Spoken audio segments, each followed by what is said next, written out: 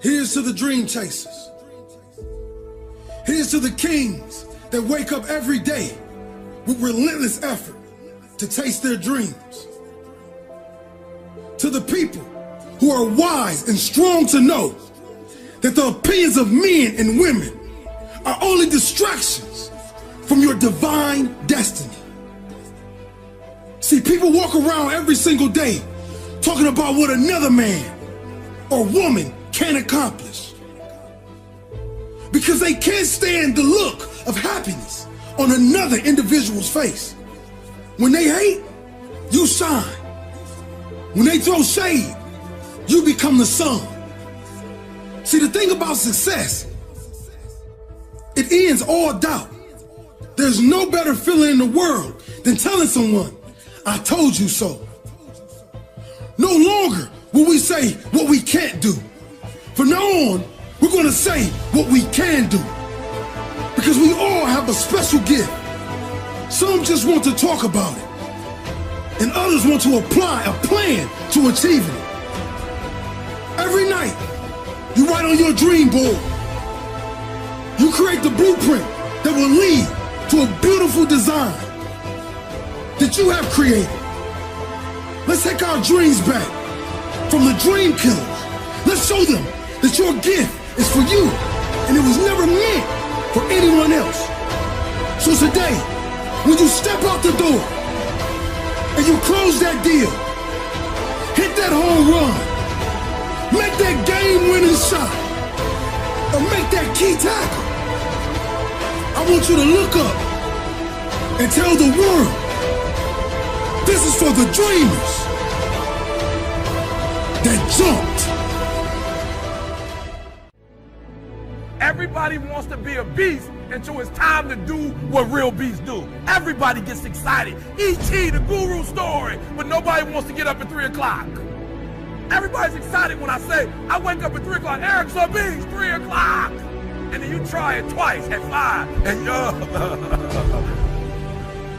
like for real, you walk out of here pumped up, fired up, you get some new information, you're ready.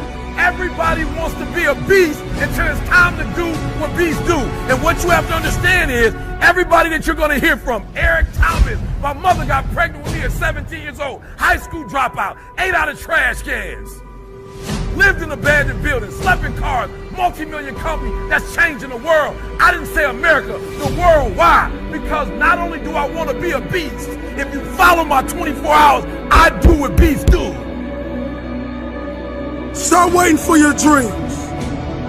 Run towards your dream. Because the moment you stop running, the moment you stop fighting, is the day you will lose it. Don't wait for it. Continue to fight. Continue to chase of what you truly want out of your life. That dream is not going to wait and say, take a breather. It's going to say, come catch me. Catch me if you can. As you go through the challenges of life and you look at it and embrace whatever comes to you, don't run from it. Step toward it. Don't try and duck it like most people do. See, most people want it easy. See, easy come, easy what? Easy go. And I'm saying to you, whatever you got to do it, because if you don't, life is going to whoop you until you surrender. So if it's hard, then do it hard. You've got to believe in yourself. You've got to believe in your abilities. You've got to believe in your service, your company, your ideas.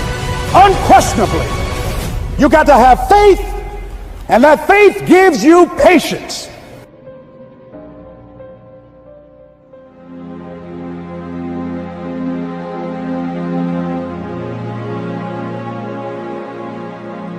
I'm not talking about what you say.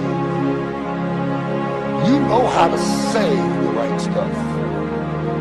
I'm talking about what you believe about yourself. You say the right things. You've been taught how to imitate faith. You talk, as my grandmother said, you talk at the big game. But you go home and live out your belief. If you believe, you are unlovable.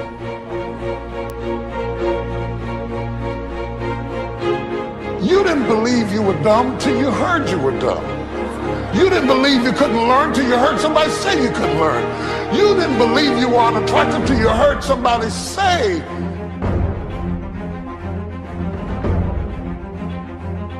Every time you hit a low place, don't those voices come back up again? Every time things go wrong, don't those voices come back? You have never changed your belief.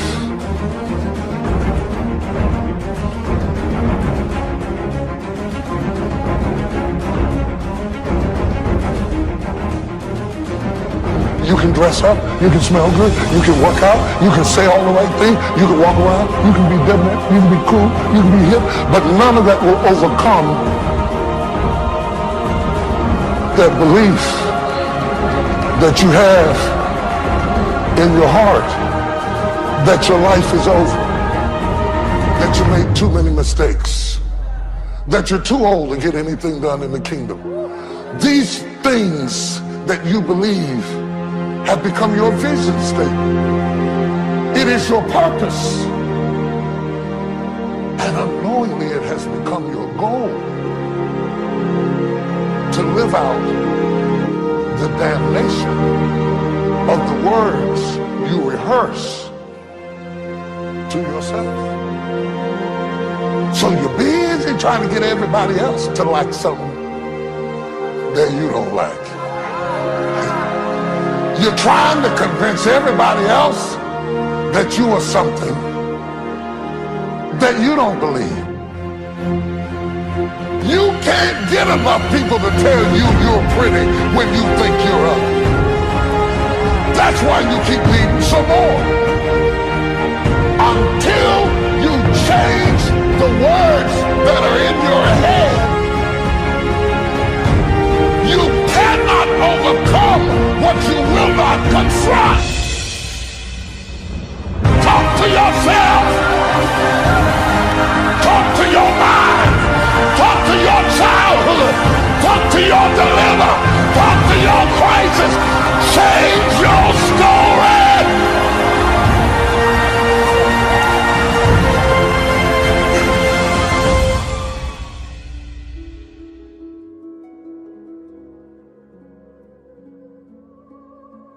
Before you ever have a breakthrough, it's going to feel like a breakdown, but you can't give up. You got to keep pressing, Paul said, this one thing I do, forgetting what is behind, I press on. You got to keep pressing. You're going to fail. Keep pressing. Get up. How do we learn how to walk? We fell. Then we learned how to keep our balance. How about riding a bicycle? We crashed. So don't get upset because you fail. It's going to happen. But be resilient. The ability to bounce back up every time you fall. The Bible says a good person will fall 7 times, but he gets up.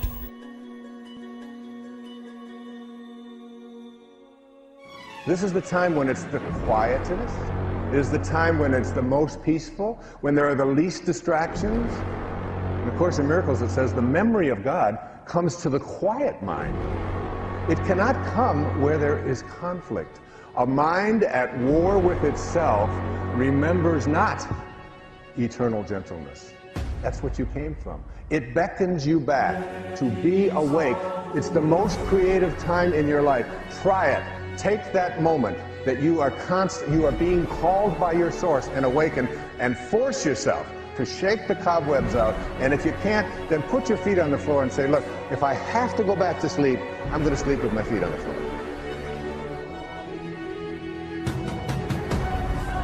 If I end the day without knowing more than I did when I woke up, it makes me wonder, what did I miss out on today? Am I getting lazy? I'm a disciplined person, and this thought alone can get me going. We live in a big world, and it's important for us to be aware of cultures other than our own. If you're going to think big. If you're gonna live large.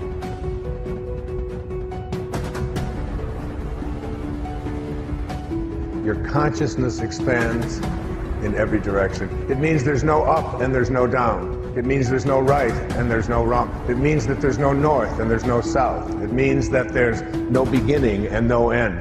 You begin to move into a consciousness place within yourself that you'll find yourself, when you move into spirit, you're going to find yourself doing things that you don't understand why you're doing them.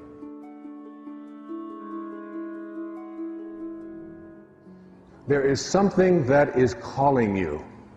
And when an idea gets a hold of you, you get into this place of surrender, where you let go. In the recovery movement, we've always called this, you let go and what? And you let God. You allow this great spirit to be something that infuses you in such a way that it becomes this thing bigger than your life, that propels you into directions that you're willing to listen to.